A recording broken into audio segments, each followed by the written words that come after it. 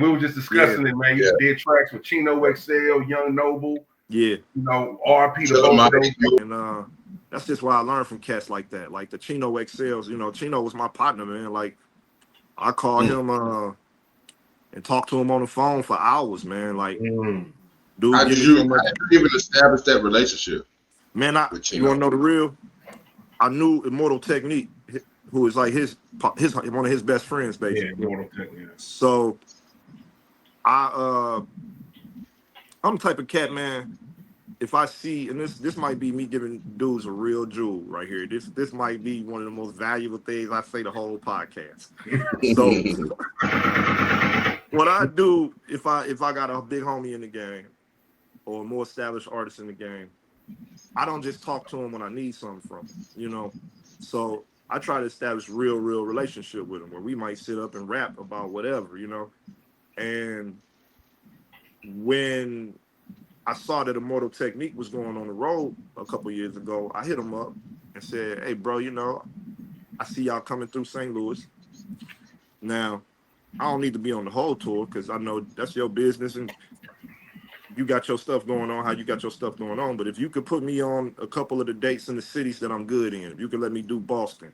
I was good in Boston because I was kind of halfway living there at the time. Let me do Chicago with you, you know what I'm saying? And of course, if you got that space, of course I want to do the loop, you know what I'm saying? So he said, yeah, man, for sure. And threw me on there. I didn't need no money. I can get there myself, right? Okay. I figure out where I'm staying myself. You just put me on in that dead spot on the show where y'all still getting the night going and it's a couple people in there. Just let me rock that spot if you can. And that's something I consistently do with people. You know, I won't even, you ain't got to pay me. I'm going to get there myself. I just want the opportunity to be in front of that audience. Right. So, Fresh faces. So he threw me on a couple dates through that, and Chino XL was on tour with him. So when I saw Chino XL backstage, you know, first show, I'm like, hey, bro, you know, I'm rapping with him. You know what I'm saying?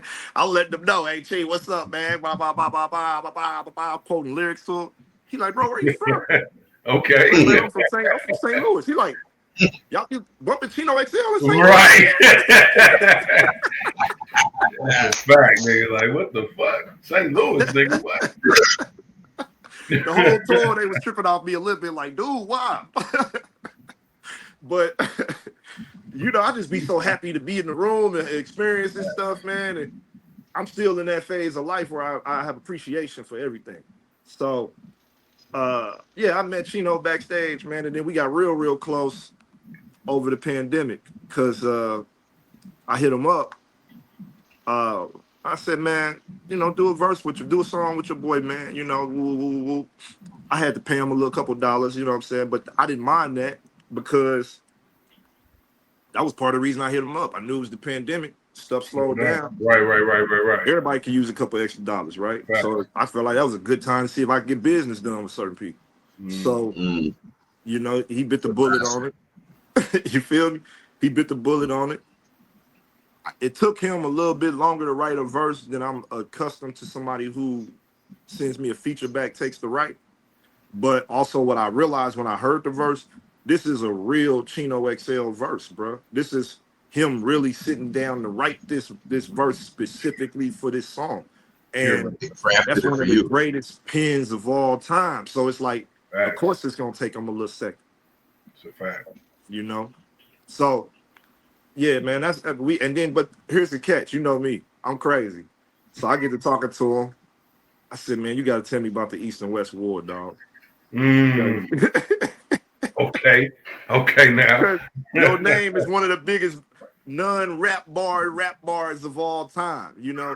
So he was telling me about it. And he was like, I don't even got no real, I never had no real smoke with Pac. You know, he was like, I view him as a cat that would say whatever and I would say whatever. So we just, you know, he was like, half the time cats actually thought I was from the West Coast because he was mobbing with a bunch of, you know, those brothers out there. So he said, I didn't even know people really thought I was an East Coast rapper. He's you know. He's an East Coast rapper? Yeah, he's from New Jersey. Get the fuck out of here.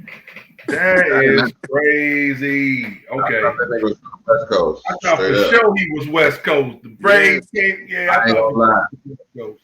He I broke just that found out all today. down to me. He said, "Man, they straight thought I was a West Coast dude." He said they thought I was one of like the West Coast kind of like the essay type cats. You know what I'm saying? Facts. Yeah. Same here. Yeah. Yeah. But I ain't gonna lie, that diss right there kind of stopped time. When he put that diss, when he said that about Pac, that niggas like, what the fuck, man? Because nobody really had the guts to stand to do something like that at that time, dog. Man, Chino was a wild boy, man. That, bro. Beastly of an MC. I'm working on his daughter is putting together his posthumous album. I hope I said that word right. Posthumous, I don't know how to say it. But Yeah. she putting together that album, dog, and I'm on that mug, you know what I'm saying? I said it's gonna be some heat coming, and I felt honored to be a part of this one because, like, as a rapper, that's what you want. You know what I'm saying?